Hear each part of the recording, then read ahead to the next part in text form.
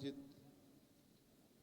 ও এলাকাবাসীর উদ্যোগে আজকে ওয়াজ মাহফিলের সম্মানিত সভাপতি, সম্মানিত প্রধান অতিথি, বিশেষ অতিথিবৃন্দ উপস্থিত ওয়াজ করছেন, বিশিষ্ট আলেম ওলামা বিন্দু, আমার সামনে উপস্থিত অত্র এলাকার মুরব্বীগণ এবং প্রিয় সাথী ও বন্ধুরা আমার, আসসালামু আলাইকুম রহমতুল্লাহি ওয়া বারাকাতুহু।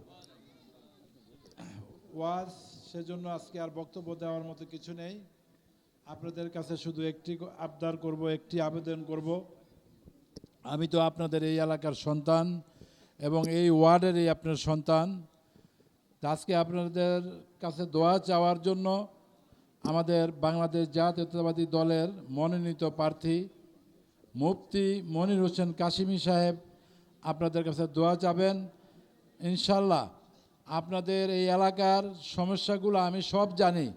বিগত দিনে আপনারা দেখেছেন আমরা আপনাদের পাশে সবসময় ছিলাম। মাদক এবং সন্ত্রাসে আক্রমণে আপনারা অনেক নির্যাতিত হয়েছেন এই এলাকার মানুষ।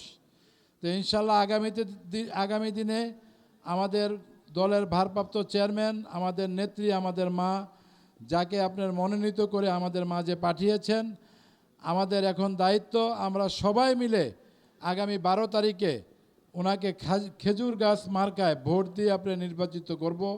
ইনশাল্লাহ আপনাদেরকে কথা দিতে পারি, আমি তো আপনাদের পাশে থাকব। যে কোনো সমস্যা আমাকে জানাবেন, আমি ওনার মাধ্যমে ওনাকে নিয়ে আপনাদের সমস্যার সমাধান করব। সবাইকে ধন্যবাদ, আমাদের জন্য দোয়া করবেন। এখন আপনাদের মাঝে সংক্ষিপ্ত